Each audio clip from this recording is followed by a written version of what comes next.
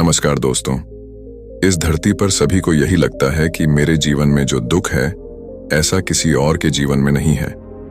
आज की यह कहानी आपको बताएगी कि इस दुनिया के सबसे सुखी व्यक्ति आप ही हैं। सही कहा है किसी ने, जिसके जीवन में संतोष नहीं वह जिंदगी में कभी भी खुश नहीं रह सकता।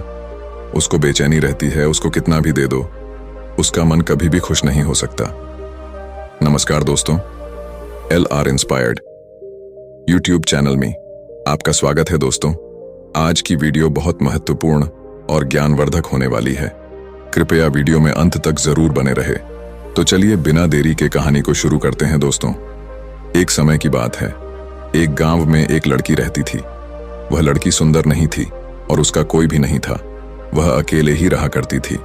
वह खुद ही मेहनत करती और अपने लिए 2 वक्त की रोटी का प्रबंध किया करती। यूं तो उसे 2 वक्त की रोटी मिल ही जाया करती थी, लेकिन फिर भी वह अपने आप से खुश नहीं थी। उसे दुनिया में सभी लोग सुखी नजर आते थे, सभी लोग खुशहाल नजर आते थे।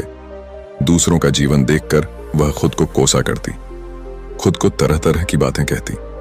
वह कहती थी, हे ईश्वर, आपने सभी को खुशहाल बनाया है, सभी को सुख दिया है, सभी को सुंदर बनाया है, तो मुझे क्यों नहीं? आखिर मैंने किया क्या था? आखिर मेरी गलती क्या थी? मैं जानती हूं आप मुझसे कोई बदला ले रहे हैं। इसी प्रकार एक दिन वह अपने आप से नाराज होकर, निराश होकर एक पेड़ के नीचे बैठी हुई थी और रो रही थी। तभी वहां से एक बौद्ध भिक्षु गुजर रहे थे।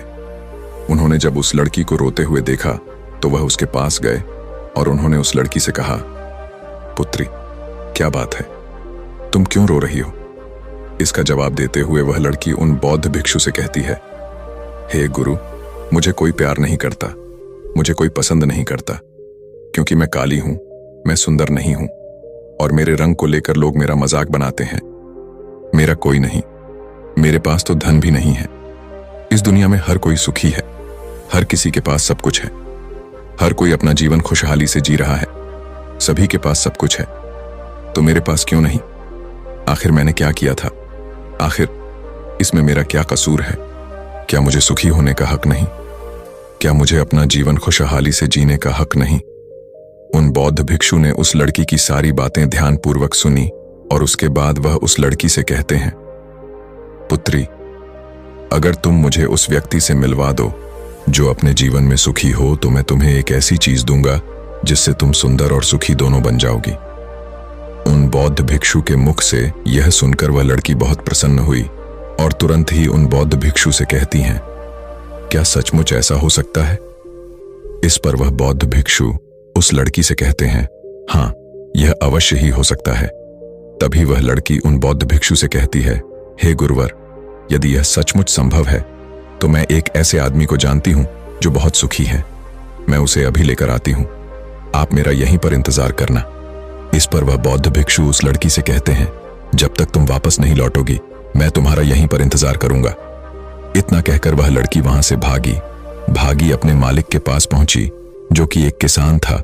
उसने किसान से कहा, मालिक, आप मेरे साथ चलिए, मुझे एक बौद्ध भिक्षु मिले हैं जिन्हें मैं आपसे मिलवा चाहती हूं। उन्होंने कहा है कि अगर मैं एक किसी सुखी व्यक्ति को उनके पास ले जाऊंगी तो वह मुझे सुंदर और सुखी दोनों बना देंगे। उस लड़की की आवाज सुनकर वह किसान दुखी होकर उस लड़की से कहता है, मैं तुम्हें कहां से सुखी लगता हूं? इस पर वह लड़की उस किसान से कहती है, मालिक, आपके पास तो सब कुछ है, आपके पास तो घर है, अच्छा खाने के लिए है, रहने के लिए अच्छा मकान है, आपका अपना परिवार है और तो और आपके पास धन भी है, तो आप दुखी कैसे हो सकते हो? इस पर वह किसान जवाब देते हुए कहता है, अरे मूर्ख, मेरी फसल अच्छी नहीं हो रही, इसीलिए उसके दाम भी अच्छे नहीं मिल रहे और राजा को लगान भी देनी है। मेरे पास तो अब इतने पैसे भी नहीं हैं कि मैं फिर से अच्छे किस्म के बीज खरीद सकूं, और इस बार बरसात में मेरी सारी की सारी फसल भी खराब हो गई थी। अब तो मेरे हालात और अधिक खराब हो चुके हैं और ऐसे हालातों में मैं सुखी कैसे रह सकता हूं? जाओ किसी और को ढूंढ लो जो सचमुच में सुखी हो। इस पर वह लड़की अपने मालिक से कहती है, मालिक, तो आप ही बताइए, आपके हिसाब से कौन सबसे ज्यादा सुखी है जिसे मैं अपने साथ ले जा सकूं? इस पर वह किसान कुछ देर विचार कर उस लड़की से कहता है, मुझे लगता है कि व्यापारी बहुत सुखी है। उन्हें ना तो फसल उगाने की चिंता है और ना ही फसलों की देखरेख करने की। उन्हें तो बस फसल खरीदनी होती है और वह उसे कहीं से भी खरीद सकते हैं। और तो और वे अन्य चीजों का भी व्यापार करते हैं जिनका मौसम से कोई लेना देना नहीं होता, और वे लोग हमसे कहीं ज्यादा अधिक धन भी कमाते हैं। लोग उनका आदर सम्मान भी करते हैं। मुझे तो लगता है कि वही सबसे सुखी है। तुम उन्हीं के पास जाओ। वह लड़की अपने मालिक की बात सुनकर वहां से भागी एक व्यापारी के पास जा पहुंची और उस व्यापारी से कहती है, मालिक, आप मेरे साथ चलिए। मुझे एक भिक्षु मिले हैं जिन्हें मैं आपसे मिलवा चाहती हूं। उन्होंने कहा है कि किसी ऐसे सुखी व्यक्ति को ले आओ जो सचमुच सुखी हो, और उसके बाद वह मुझे एक ऐसी चीज देंगे जिससे मैं सुंदर और सुखी दोनों हो जाऊंगी। उस लड़की की बात सुनकर वह व्यापारी दुख भरे शब्दों में उस लड़की से कहता है, अरे हमारे जीवन में कहां सुख है? चारों ओर से तो हमें दुख ने ही घेर रखा है। चोर लुटेरे, हमें सबका ध्यान रखना पड़ता है। व्यापार में अभी बहुत घाटा भी चल रहा है, और तो और राजा हमसे अतिरिक्त कर्ज भी वसूल रहे हैं, जिससे व्यापार करने में बहुत दिक्कत आने लगी है। हमें सुरक्षा भी नहीं मिल पा रही। जीवन पर हमेशा कोई ना कोई संकट मंडराता ही रहता है। मुझे तो ऐसा लगता है कि मुझसे दुखी इस दुनिया में और कोई नहीं। इस पर वह लड़की उस व्यापारी से कहती है, परंतु मालिक, आपके पास तो इतना धन है, आपके पास इतनी जमीन जायदाद है, आपके पास इतना अन्न है, रहने के लिए इतना बड़ा मकान और खाने पीने के लिए हर प्रकार की सुविधाएं हैं। इसके बाद भी आप दुखी हैं। ये बहुत अजीब सी बात है। मुझे तो लगता था कि आप बहुत सुखी होंगे। खैर, कोई बात नहीं। कृपया करके मुझे कोई ऐसा व्यक्ति बताइए जो आपके हिसाब से बहुत सुखी हो, जिसे मैं उन बौद्ध भिक्षु के पास ले जा सकूं। इस पर वह व्यापारी कुछ देर सोच विचार कर उस लड़की से कहता है, मुझे लगता है कि राज्य के अधिकारी बहुत सुखी हैं। वह सीधा राजा से संबंध रखते हैं। उनके पास अधिकार है और वह धनवान भी है। वह चोर लुटेरे और डकैत से भी नहीं डरते, और वही लोग हमसे धन भी वसूलते हैं, और हमें उनके सामने उनके आदर में झुकना ही पड़ता है, और सभी लोग उनका बहुत मान सम्मान भी करते हैं। मुझे नहीं लगता कि उनके जीवन में कोई भी दुख होगा, और मुझे लगता है कि वही सबसे से सुखी है। काश मैं भी राजा का एक अधिकारी होता तो मैं भी अपना जीवन आराम से बिता रहा होता। इस पर वह लड़की उस व्यापारी से कहती है, मालिक, क्या आप किसी अधिकारी को जानते हैं? क्या आप मुझे उनसे मिलवा सकते हैं? मैं उन्हें अपने साथ ले जाऊंगी। अगर वह सबसे सुखी हुए तो इसके बाद मुझे वह बौद्ध भिक्षु कुछ ऐसी चीज मुझे देंगे जिससे मैं भी सुंदर और सुखी हो जाऊंगी। बताइए ना, आप मुझे किसी अधिकारी से मिलवा सकते हैं? मैं आपकी बहुत आभारी रहूंगी। व्यापारी को उस लड़की पर दया आ गई। उसने उस लड़की को एक अधिकारी से मिलवा ही दिया जिसे वह व्यापारी जानता था। लड़की ने अधिकारी से मिलने के बाद उस अधिकारी से कहा, मालिक, आप मेरे साथ चलिए। मुझे एक भिक्षु मिले हैं जिन्हें मैं आपसे मिलवा चाहती हूं। उन्होंने मुझसे कहा है कि अगर मैं एक सुखी व्यक्ति को उनसे मिलवा दूंगी तो वह मुझे एक ऐसी चीज देंगे जिससे मैं सुंदर और सुखी दोनों हो जाऊंगी। इस पर वह अधिकारी उस लड़की से कहता है, तुम्हें किसने कह दिया कि मैं सुखी हूं? अरे, मेरे जैसा दुखी व्यक्ति तो इस दुनिया में और कोई नहीं होगा। तुम्हें नहीं पता, लेकिन हम पर कितना दबाव होता है, हमारे ऊपर कितनी जिम्मेदारियां होती हैं। हमें हर एक आदेश को पूरा करना होता है, और वह आदेश भी इतनी आसानी से पूरे नहीं होते। उनके लिए हमें कितनी मुश्किलें उठानी पड़ती हैं, कितनी दिक्कतों का सामना करना पड़ता है। राज कुछ भी आदेश पारित कर देते हैं और उसे हमें लागू करना पड़ता है। जनता का गुस्सा और तरह तरह की मुश्किलें, सभी परिणाम हमें ही झेलने पड़ते हैं। और तुम्हें लगता है कि मैं सुखी हूं, ऐसा कुछ भी नहीं है। अगर वह भिक्षु तुम्हें सुखी कर दे तो तुम उसे मुझे भी मिलवा। मैं भी तो सुखी होना चाहता हूं। मुझे भी अपना जीवन खुशहाली से बिताना है। भला अधिकारी बनकर मुझे क्या मिला? रोज रोज की तरह की तनाव। इस पर वह लड़की आश्चर्य से उस अधिकार से कहती है, मालिक, जहां तक मैं सोचती थी कि आप सबसे सुखी हैं, लेकिन आप भी सुखी नहीं लग रहे। परंतु आपको क्या लगता है, इस दुनिया में कोई ऐसा व्यक्ति है जो सबसे सुखी होगा? क्या आप मुझे बता सकते हैं? मैं आपकी बहुत बहुत आभारी रहूंगी। उस लड़की की सारी बातें सुनने के बाद उस अधिकारी को उस लड़की पर दया आ गई। उस अधिकारी ने उस लड़की से कहा, देखो, मुझे तो ऐसा लगता है कि इस पूरे राज्य में एकमात्र व्यक्ति ही सुखी है, और वह है इस राज्य का राजा। मुझे तो केवल वही सुखी लगते हैं। उन्हें किसी की सुननी नहीं पड़ती। वह नियम बनाते हैं, आदेश देते हैं, सुरक्षा से घिरे रहते हैं, और सब उनके सामने झुकते भी हैं। ना उन्हें धन की कमी है, और ना जमीन जायदाद की सारी धरती को उन्होंने जीत लिया है। वह सबके मालिक हैं, और सबसे उच्च वही है जो एकमात्र सुखी व्यक्ति है। काश मैं भी किसी राजा के घर पर जन्मा होता तो आज मैं भी बहुत सुखी होता। उस अधिकारी की यह सारी बातें सुनकर वह लड़की उस अधिकारी से कहती है, मालिक, आपसे एक विनती है। क्या आप मुझे एक बार राजा से मिलवा सकते हैं? कृपया कीजिए, आपका बहुत एहसान होगा। बस एक बार मुझे राजा से मिलना है। मैं उनसे कुछ पूछना चाहती हूं। लड़की का चेहरा देखकर अधिकारी को लड़की पर दया आ गई। उसने कहा, चलो ठीक है, मैं अभी राज दरबार ही जा रहा हूं। एक काम करो, तुम भी मेरे साथ ही चलो, और वहां पर राजा से पूछना है, वह पूछ लेना। इतना कहकर वह अधिकारी उस लड़की को राज दरबार ले गया। राज दरबार में पहुंचने के बाद अधिकारी की विनती करने पर राजा उस लड़की की बात सुनने के लिए तैयार हो गए, और उस लड़की को राज दरबार में बुलाया गया। राजा ने उस लड़की से कहा, बेटी, तुम अपनी बात निडर होकर कहो। तुम्हें क्या कहना है? तुम मुझसे क्या पूछने आई हो? इस पर वह लड़की थोड़ा घबराते हुए, थोड़ा डरते हुए राजा से कहती है, हे राजन, मैं एक संपूर्ण सुखी व्यक्ति को ढूंढ रही हूं। मुझे एक भिक्षु मिले हैं, और उन्होंने मुझसे कहा है कि यदि तुम कोई ऐसा सुखी व्यक्ति मुझसे मिलवा दो तो मैं तुम्हें एक ऐसी चीज दूंगा जिससे तुम सुंदर और सुखी दोनों हो जाओगी। काफी लोगों से मिलने के बाद मुझे यह पता चला कि आप ही हैं जो इस दुनिया में एकमात्र सुखी व्यक्ति है। तो क्या आप मेरे साथ उस भिक्षु से मिलने चलेंगे? आपका बड़ा एहसान होगा। राजा उस लड़की की बात ध्यानपूर्वक सुनता है, और उसके बाद जोर जोर से हंसने लगता है, और उस लड़की से कहता है, अच्छा, सबकी तरह तुम्हें भी लगता है कि मैं इस दुनिया का सबसे सुखी व्यक्ति हूं। लेकिन यदि कोई मुझसे पूछे कि इस दुनिया में सबसे दुखी व्यक्ति कौन है, तो वह मैं ही हूं। मेरे पास नींद नहीं है, मेरे पास आराम नहीं है, मैं आराम से सो नहीं पाता।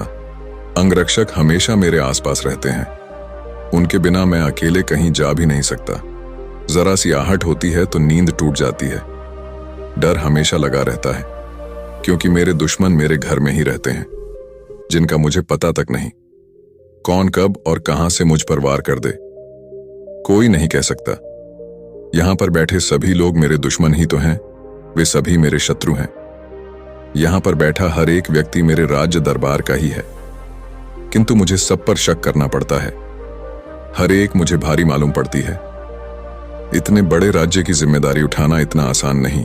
तुम्हें लगता होगा कि राजा के पास तो सभी ऐशो आराम है, धन है, दौलत है, जमीन जायदाद है, उनके पास किसी चीज की कोई कमी नहीं है, और इस हिसाब से तो उन्हें सुखी होना ही चाहिए।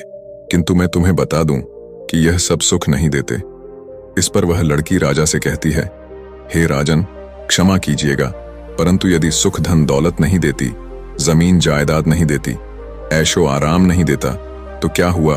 कम से कम सुंदरता तो सुख देती है। इस पर वह राजा एक बार फिर मुस्कुराते हुए उस लड़की से कहता है, पुत्री, सुंदरता जो मैंने देखी है, जो लोग शक्ल से सुंदर होते हैं उनके मन सुंदर नहीं होते। वे लोग तो एक मुखौटा लगाए घूमते रहते हैं। वे दूसरों को दिखाते हैं कि मैं कितना सुंदर हूं, लेकिन समय सबकी सुंदरता छीन लेता है।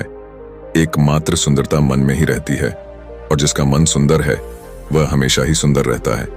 इस पर वह लड़की राजा से कहती है, हे राजन, तो आप ही बताइए कि आपके हिसाब से इस दुनिया में सबसे सुंदर और सुखी कौन है? इस पर वह राजा लड़की से कहता है, मेरे हिसाब से तो एक गरीब व्यक्ति जो 2 वक्त की रोटी का प्रबंध कर सके, जो किसी तंत्र, बिना किसी बंदिशों के, बिना किसी भी दिशा में घूम सके, उसे कुछ भी छिन जाने का डर ना हो, कुछ भी लूट जाने का खौफ ना हो, जिसे रात को अच्छी नींद आती हो। मुझसे पूछोगे तो सबसे ज्यादा सुखी वही होगा, और इस हिसाब से मैं तुम्हें देखता हूं कि तुम सबसे सुखी हो। तुम्हारे पास नींद है, अच्छा मन है, चारों दिशाएं हैं, और कोई डर नहीं, कोई साजिश नहीं, कोई षड्यंत्र नहीं, बस जीवन है, खुला जीवन। मेरे हिसाब से तुम ही सबसे सुखी हो। राजा की यह सारी बातें सुनकर एक पल के लिए वह लड़की सोच में पड़ गई। और तभी उसे इस बात का एहसास भी हो गया। वाकई में वह एकमात्र सुखी है, वही सुंदर है, और अब वह जो थी जैसी भी थी, उसे खुद के होने पर गर्व होने लगा। पूरे दिन यहां वहां भटकते हुए आखिरकार थक हार कर संपूर्ण सुख लिए वह चेहरे पर मुस्कान लाई।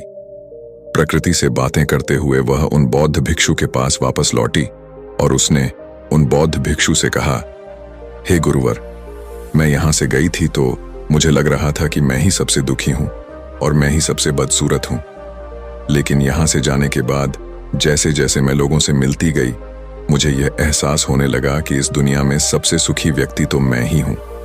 हाँ, यह बात और है, मैं किसी सुखी व्यक्ति को आपके पास ला ना सकी, क्योंकि मुझे लगता था कि मुझे छोड़कर सब सुखी है। लेकिन बात तो कुछ उल्टी ही हो गई।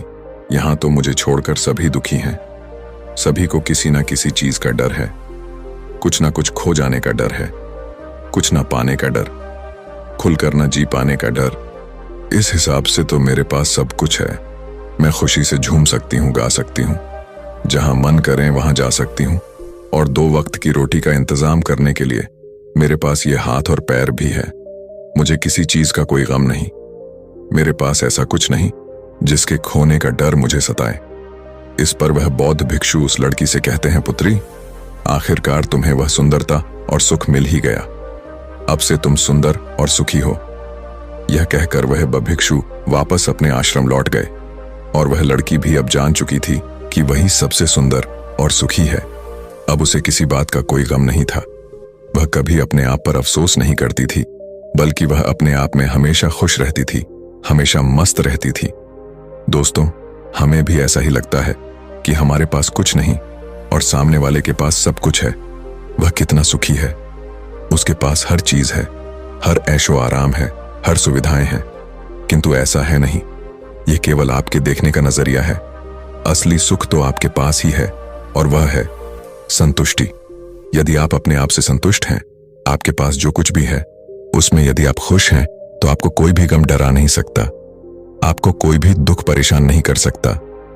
किंतु हमारी सबसे बड़ी तकलीफ यही है कि हम खुद को नहीं बल्कि दूसरों को ज्यादा देखते हैं। दूसरों से हम ज्यादा प्रेरित होते हैं, और उनकी खुशी देखकर हमारे भीतर ई का भाव उत्पन्न होने लगता है। हमें तकलीफ होती है कि उनके पास इतना सुख कैसे है और हम इतने दुखी क्यों हैं। हम केवल उनकी तरफ ही नजर गड़ाए हुए हैं। हमने तो अपने पास देखा ही नहीं, हमारे पास क्या है हम उस पर कभी ध्यान नहीं देते, बल्कि हम तो हमेशा इस पर ध्यान देते हैं कि हमारे पास क्या नहीं है। और यही नजरिया आपको दुख और तकलीफ की ओर ले जाता है। आप चाहकर भी सुखी नहीं रह पाते, क्योंकि आपने अपना नजर क्या नहीं है उस पर गड़ा रखा है। वहीं पर यदि आप इस तरह से सोचे कि मेरे पास बहुत कुछ है, रहने के लिए अच्छा घर है, खाने के लिए अच्छा खाना है, पहनने के लिए अच्छे कपड़े हैं, कम से कम 2 वक्त की रोटी का आपके लिए इंतजाम भी हो जाता है, लेकिन बहुतों के पास तो यह भी नहीं होता, तो क्या आप सुखी नहीं हैं? क्या आपके पास वह सब नहीं है जो उनके पास नहीं? जरा एक पल के लिए सोचकर देखिएगा। तो दोस्तों, आपने आज के इस वीडियो से क्या सीखा वह मुझे आप कमेंट में बता सकते हैं। उम्मीद है कि आपको आज की वीडियो पसंद आई होगी, तो इस वीडियो को उस इंसान को शेयर करें जिसे इस कहानी को सुनने की जरूरत है, और उसी के ठीक बाद हमारे चैनल को सब्सक्राइब करें। तो चलिए फिर मिलते हैं ऐसी एक और नई वीडियो में एक नई सीख के साथ। तब तक के लिए अपना ख्याल रखें। धन्यवाद। नमो बुद्धा।